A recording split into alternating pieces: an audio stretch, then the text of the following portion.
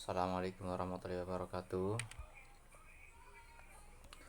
Eh, Dalam kesempatan ini saya diberikan kesempatan oleh Danur untuk mempresentasikan hasil makalah pada tugas terdahulu, yakni dengan judul Pijakan Budidaya Padi dalam rangka mewujudkan program IP Padi 400 oleh Kementerian Pertanian Indonesia.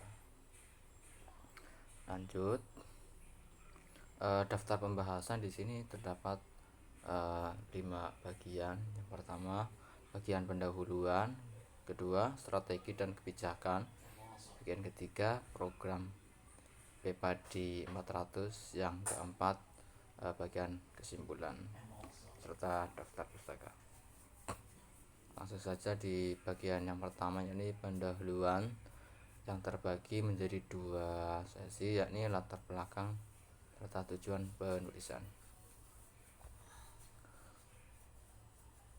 Pendahuluan atau latar belakang ini bahwa beras itu merupakan komoditas strategis sehingga dapat mendapat prioritas tinggi dalam program pembangunan nasional, serta merupakan makanan pokok utama bagi sebagian besar masyarakat rakyat Indonesia, sehingga dari aspek sosial, ekonomi, dan politik menjadi sangat strategis menurut Suryana dan Hermanto.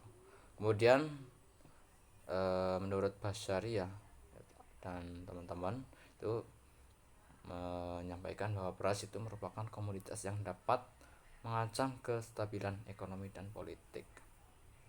Beras juga merupakan salah satu komoditas yang mendukung pusatnya pertumbuhan ekonomi Indonesia.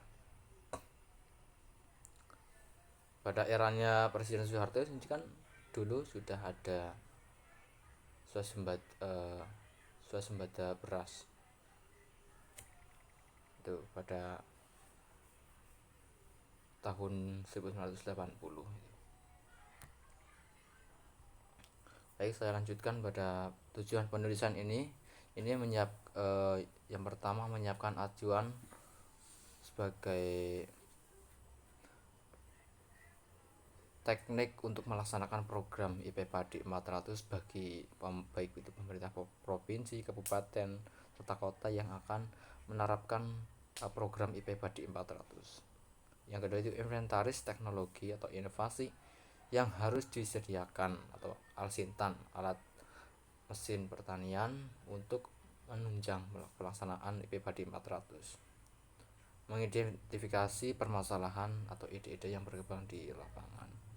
Yang di tujuan yang ketiga, yakni bagaimana menentukan langkah untuk mempercepat proses pelepasan padi ultra genjah yang memiliki umur kurang dari sama atau kurang dari 85 hari, jadi tidak ada 3 bulan, serta teknologi pendukung pelaksanaan IP Padi 400. Yang keempat, yakni menyiapkan langkah untuk meningkatkan produktivitas produksi, pendapatan petani, serta stok padi di kancah nasional.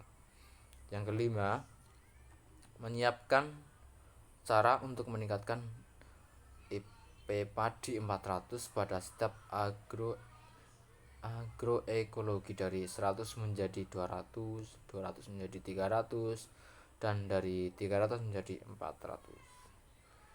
Baik, saya lanjutkan di bagian yang kedua, yakni terdapat strategi. Berhasilnya program tidak bisa ditinggalkan, atau strategi juga merupakan poin penting untuk tercapainya sebuah program.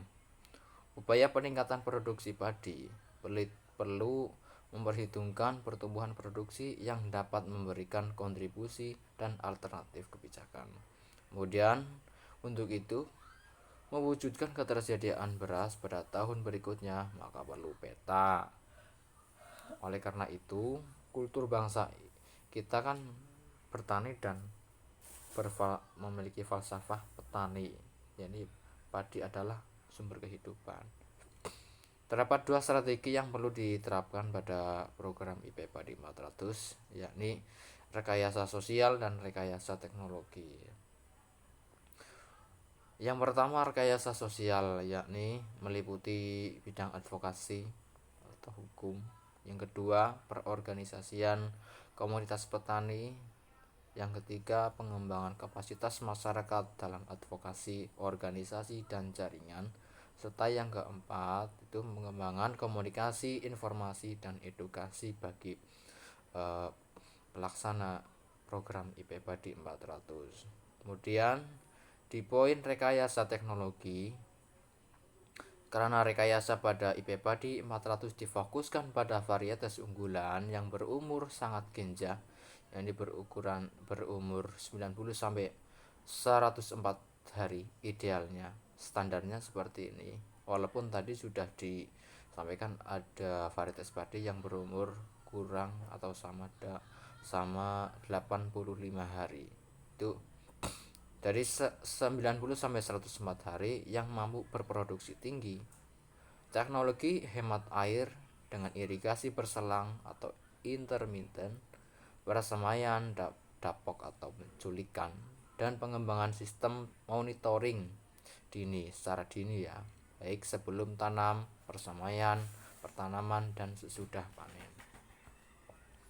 Kemudian di poin kebijakan ini adapun paradigmanya ini untuk mendukung kebijakan yang perlu dikembangkan ya, meliputi yang pertama koordinasi antar pelaku pembangunan yang lebih baik. Jadi antar pelaku pemangku kepentingan, stakeholder, terus pelaksana seperti petani itu saling bekerja sama. Penyedia bibit dengan pupuk, kemudian teknisnya di petani, terus juga peneliti, terus saling keterkaitan. Pada poin yang kedua itu integrasi, sinkronisasi, dan sinergisme antar pemerintah pusat dan daerah. Jadi program yang sudah dibuat oleh pemerintah pusat itu tidak ada hasilnya kalau di daerah-daerah sendiri itu tidak dilaksanakan ya, sebagus apapun itu di bidang pertanian maupun di bidang yang lain. Terus yang pada poin ketiga itu keterkaitan dan konsistensi antara rencana, anggaran, pelaksanaan, dan pengawasan. Kembali pada poin 1-2 itu tidak jauh berbeda, saling keterkaitan antar di bidang produsen, terus di distribusi, terus di hilirisasi, pemangku kepentingan, serta stakeholder dan pemerintah. Kemudian pada poin keempat itu terdapat optimalisasi partisipasi masyarakat sebagai pelaksana ya, optimalisasi partisipasi masyarakat sebagai teknis atau jadi secara teknis kan memang semua di masyarakat, tapi untuk pelaksanaannya itu perlu adanya pembelajaran atau pelatihan bagi masyarakat terkait teknisnya.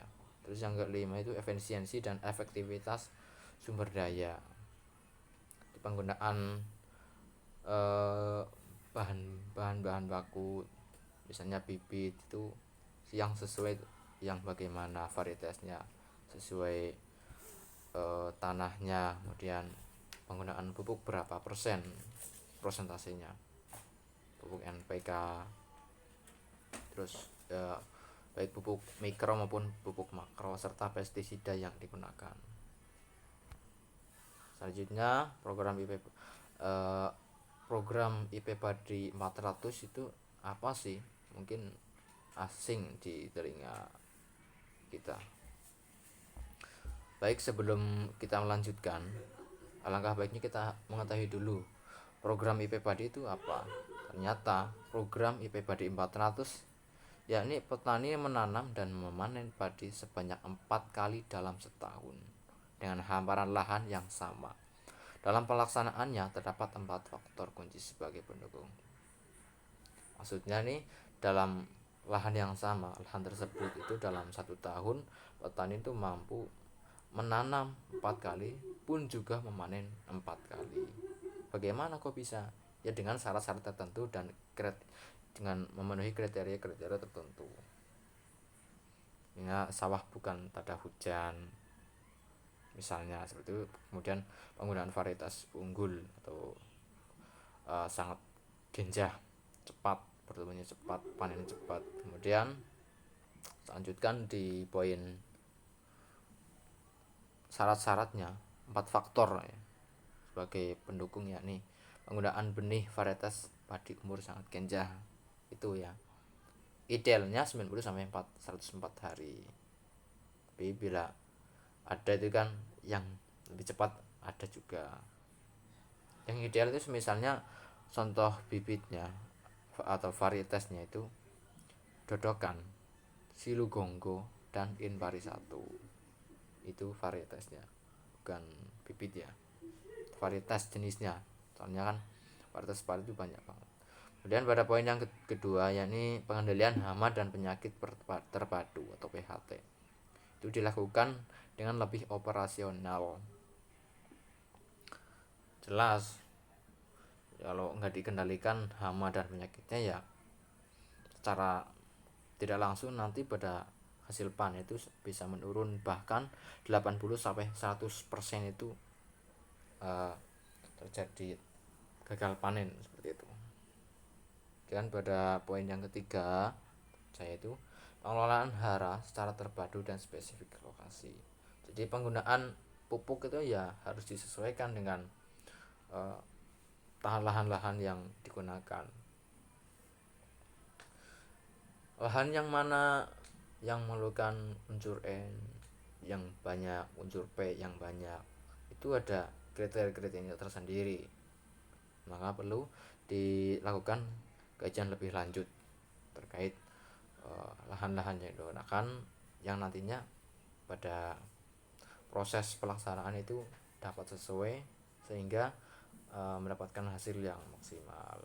Terus yang keempat, manajemen tanam dan panen yang efisien, di mana di manajemen tanam dan panen yang efisien itu misalnya itu ada yang kita kenal dengan sistem Jarwo atau jajar legowo. Itu misalnya ya, 2 tanaman, terus satu ada dikasih celah, baru ditanam 2 lagi, atau 2 baris ke sana, 2 baris ke sana. Nah, jadi kan lebih legowo, dijajar lebih legowo. Jadi selain mengefisiensi, ternyata dalam studi kasusnya itu mampu meningkatkan hasil panennya karena unsur hara yang diserap oleh tanaman tersebut dan intensitas cahaya matahari yang diserap itu lebih banyak, maka hasilnya pasti lebih baik. Seperti itu. Baik, saya lanjutkan. Program IP Padi 400 sendiri itu sebenarnya sudah dijalankan mulai tahap rancang bangun dan penelitian itu pada tahun 2008 sampai 2014 itu sudah dilaksanakan.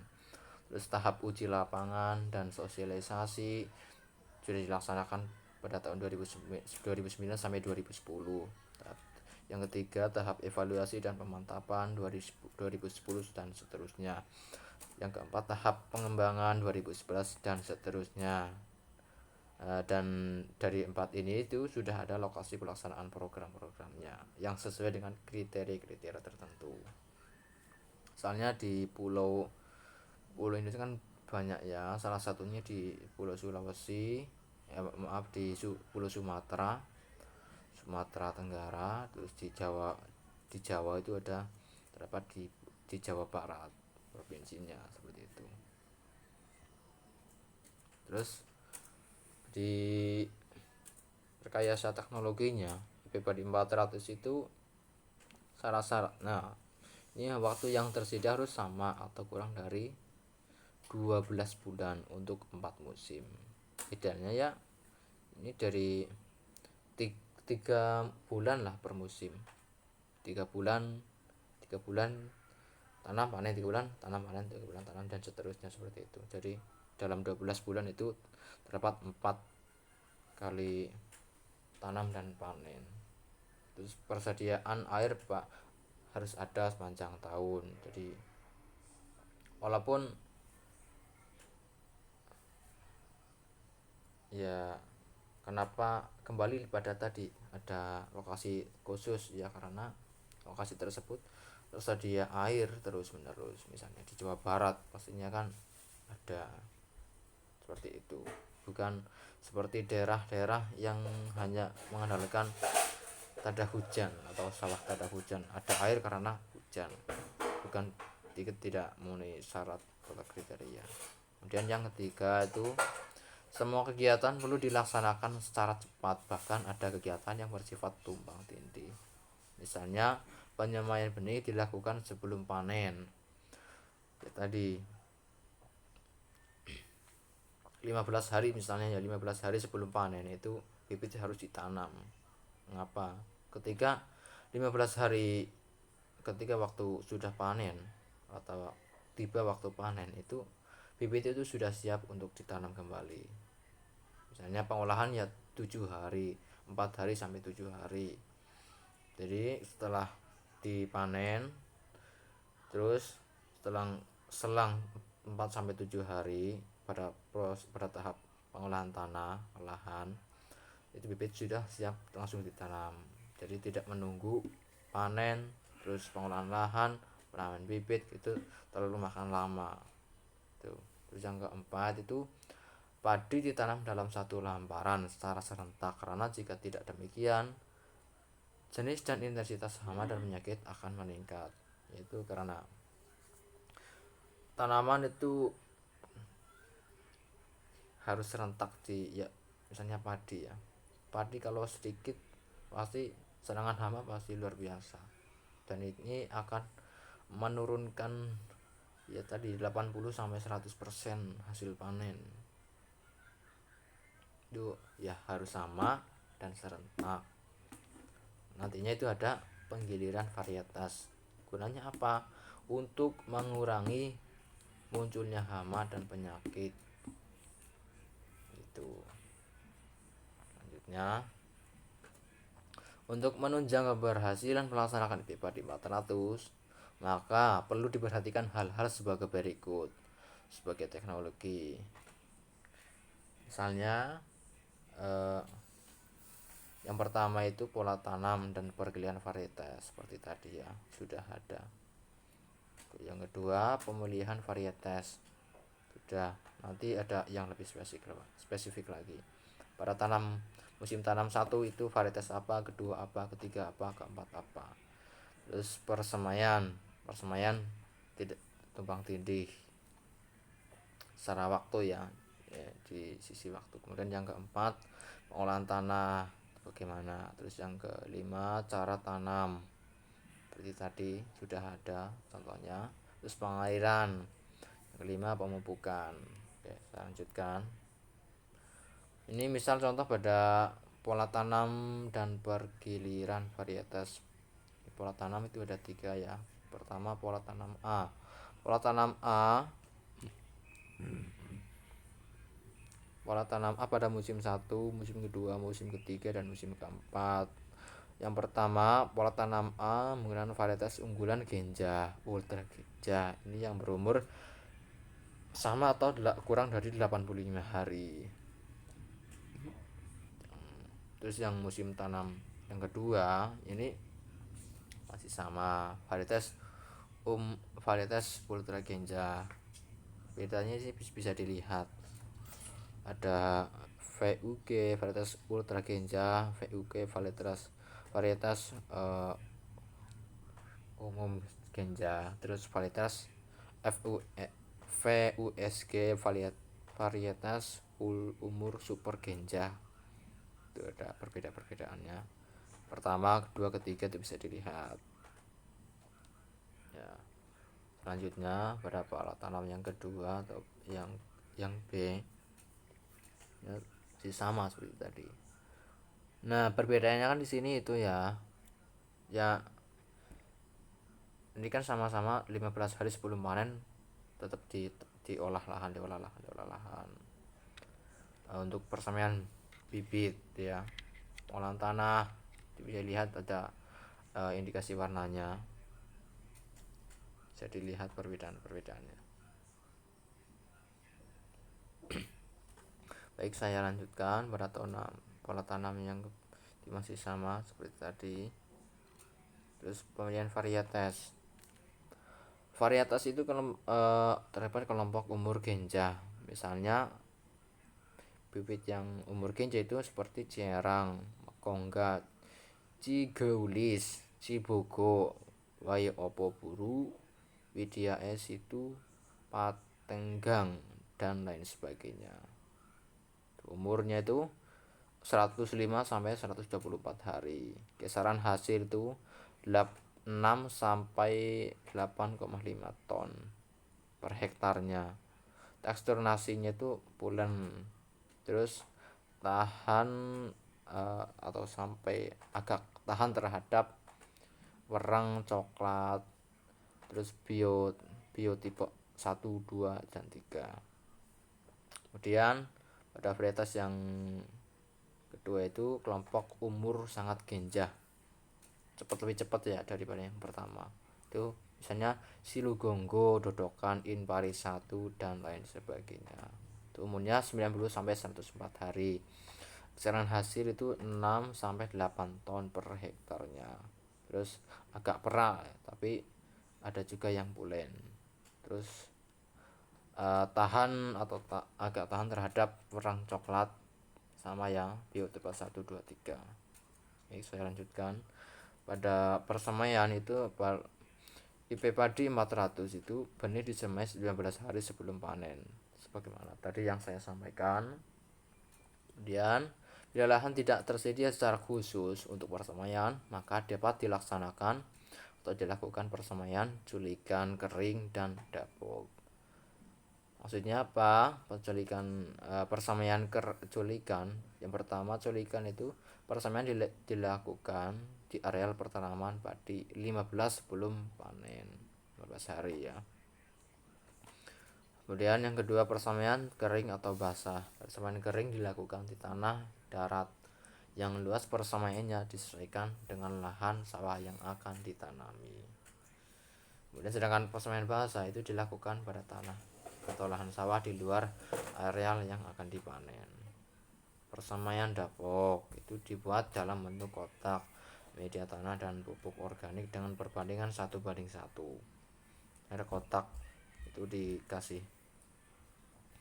organik atau pupuk dan di media tanah dan pupuknya bandingannya 1:1. Baik, saya lanjutkan. Pada pengolahan tanah itu jaram itu dikumpulkan secara segera setelah panen. Tujuan itu untuk dicacah dan dibuat kompos kalau mau ada proses pengkomposan ya.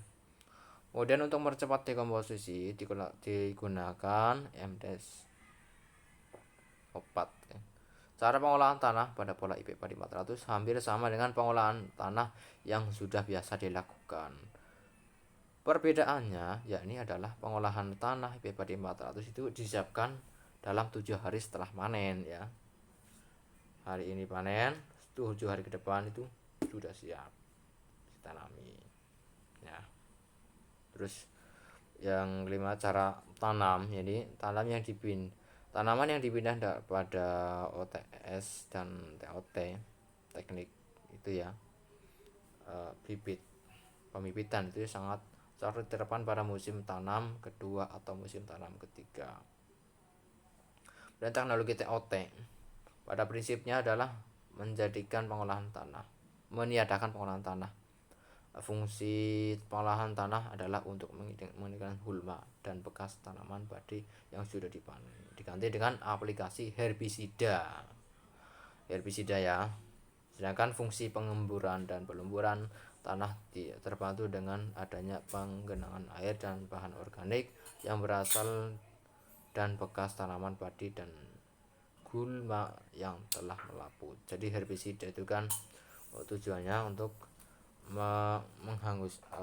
mematikan tanaman, maksudnya gulma itu gulma dan bekas tanaman padi jerami yang ke bawah itu dihancurkan dengan herbisida. Baik, saya lanjutkan pada tahap pengairan. Ini ada beberapa sistem pengairan. Yang pertama itu pengairan pada sistem tanam pindah. Maksudnya teknik pengairan harus itu teknik pengairan itu harus disesuaikan dengan cara tanam. Yaitu misalnya tabela, tanam langsung ya, bibit langsung, tapin, tanaman pindah, dengan sistem persamaian culik. Kedua sistem tanam tersebut itu berbeda saat mengairi dan tingginya genangan. Persamaannya, kan bedanya kan pada saat pengairan dan tingginya genangan. Berapa sentimeter kah ke atas? Nah, terus caranya gimana? Persamaannya ya, ini adalah tanaman itu dikeringkan pada saat tanam ya, sama sajikan pada saat tanam. Jika proses penanaman itu dikeringkan dulu, terus pemupukan dan 10 hari sebelum panen. Sebelum dipanen 10 hari sebelum panen itu dilakukan pemupukan. Tujuannya untuk meningkatkan kadar berasnya. Dan pada pengairan berselang itu, yakni apabila ketersediaan air itu terbatas atau untuk meningkatkan efisiensi penggunaan air, ini dengan cara pemberian berselang atau intermittent seperti tadi ya, atau alternasi basah kering dapat juga dilakukan. Terus di pemupukan itu pada PTT itu penggunaan pupuk disesuaikan dengan kebutuhan tanaman dan ketersediaan hara dalam tanah. Seperti tadi ya. Dasar pemupukan itu apa? Sesuai dengan kondisi lapangan. Misalnya tanahnya yang A sama B kan beda. Berbedanya di mana? Ternyata di tanah yang A unsur N yang terkandung di tanah itu sudah banyak, maka cukup berapa persen. Nah, tinggal unsur-unsur yang lain, atau kan pemupukan itu ada unsur makro dan unsur mikro. Nah, mana yang harus diperbanyak? Walaupun ada makro, tapi kan ketersediaan unsur yang ada di tanah itu perlu ditinjau agar nanti pada saat pemupukan tidak terjadi overload ya tanahnya. Menghindari penggunaan pupuk N yang berlebihan. Ya tadi di tanaman padi itu, batang padi itu mengandung unsur N, mengandung unsur pupuk N yang unsur hara N.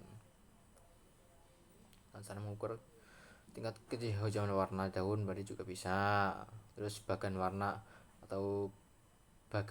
daun itu juga bisa dengan PUTS, perangkat uji tanah sawah, itu digunakan untuk mengukur status hara NPK yang dikerjakan secara langsung di lapangan, secara relatif cepat, mudah, dan akurat. Limbah organik seperti sisa-sisa tanaman, jerami batang atau dahan ya, sampah rumah tangga, kotoran ternak sapi, kambing, ayam, atau sekam atau arang sekam, dan abu dapur dapat digunakan juga sebagai bahan baku pembuatan pupuk organik untuk memelihara kesuburan tanah. Oke, saya lanjutkan. Tabel X itu kandungan N, P, O, dan K yang terdapat dalam bahan organik. Bahan organik misalnya itu di jerami ternyata ada unsur N 0,5 sampai 8% dan P-nya P 0,15 sampai 0,26. Unsur K-nya 1,2 sampai 1,7. Itu jerami padi. Terus kan pupuk kandang gitu ya, bisa dilihat sendiri mana ya yang tersedia saja dulu. Tapi ya kalau ada disesuaikan. Di sini kan ada bedanya kan, di sini azolla ya. Kalau di azolla itu kan jenis tanaman yang mampu memproduksi unsur N sendiri itu. Kalau yang di atas ini itu kan memang dihasilkan dari misalnya kotoran ternak ya, atau limbah limbah limbah industri, limbah kandang, dan limbah pertanian, terus kompos. Tapi di azolla itu kita kasih aja azolla berapa, nanti di azolla itu akan mengembang, maksudnya berkembang, jadi bisa dari satu menjadi dua tiga empat lima, dan bisa mengembang sendiri karena azolla itu salah satu varietas tanaman itu yang mampu menghasilkan unsur N, dan ini sangat mendukung sekali bagi program IP Padi 400. Terus kemudian hama dan penyakit pasca panen.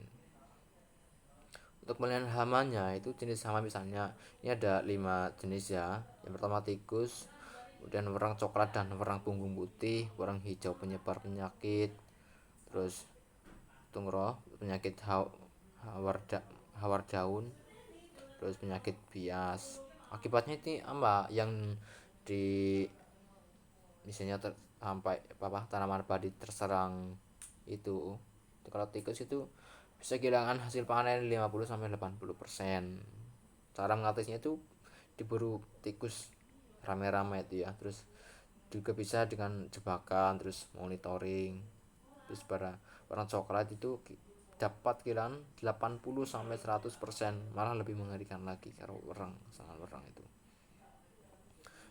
Mengatasinya gimana? Pada musim hujan itu varietas yang digunakan itu harus genjah seperti buru dan jerang. Nah, seperti tadi. Terus pada yang ketiga itu warna hijau dan penyebar penyakit tunguro. Ini dapat kehilangan hasil panen 80-100%. Ambil sama pada poin yang kedua ya. Terus penggiliran varietas sama juga. Terus yang keempat itu penyakit mawar daun. Itu akibatnya itu akar dan batang padi itu kering, dan pastinya akan sangat mengurangi bagi produktivitas hasil panennya. Caranya itu kurangi air pupuk dan gunakan pupuk dengan imbang. Airnya dikurangi, dan karena kan akarnya itu kan digigit terus ya, kan dikering, batangnya kering. Nah, kurangi, dan penggunaan pupuk dengan imbang, jangan berlebihan. Terus pada penyakit bias itu bercak hitam dan batang patah itu akibatnya. Cara mengatasinya itu perlakuan pada benih dengan fungisida. Jadi sebelum ditanam benih bibit itu dikasih fungisida agar tidak terjadi penjamuran pada bibit yang telah ditanam. Penyakit pasca panen ya, teknik-teknik yang diajarkan itu sebagai berikut. Yang pertama itu panen padi ya minimalnya itu dengan kadar air itu 22-26% kadar airnya ya, atau dengan tanda padi sudah mulai kuning. Terus yang kedua itu panen dilakukan pada ketinggian 20 cm dari tanah. Itu ya, batang padi 20 cm ke bawah itu nggak dipotong. Tujuannya tadi untuk menambah pupuk, dan pada proses selanjutnya kan bisa mempercepat proses pertumbuhan seperti itu. Terus yang ketiga itu mengurangi kehilangan hasil saat menjemur itu dapat dengan menggunakan alas semen atau biasanya kan pakai itu ya, terpal. Nah itu menggunakan plester, nah itu sudah di plester pakai semen. Yang keempat itu tumpukan pada karung itu maksimal 4 karung ke atas, itu maksimal sekali. Gunanya apa selain untuk kalau di penyimpanan gudang ya memang sudah ada kriterianya ya, tapi untuk 4 karung ini kenapa 4 karung ke atas itu tujuannya untuk mengurangi menekan terjadinya penurunan kualitas. Jadi kalau semakin banyak maka berasnya akan mudah hancur gitu. Jadi menir. Nah, ini daftar pustakanya saya ambil dari Pedum IP Padi 400, program IP Padi 400 oleh Kementerian Pertanian, terus Jilid Bank Pertanian itu ya, bagian 2. Mungkin sekian dari saya, mohon maaf. Assalamualaikum warahmatullahi wabarakatuh. Selamat. Oke.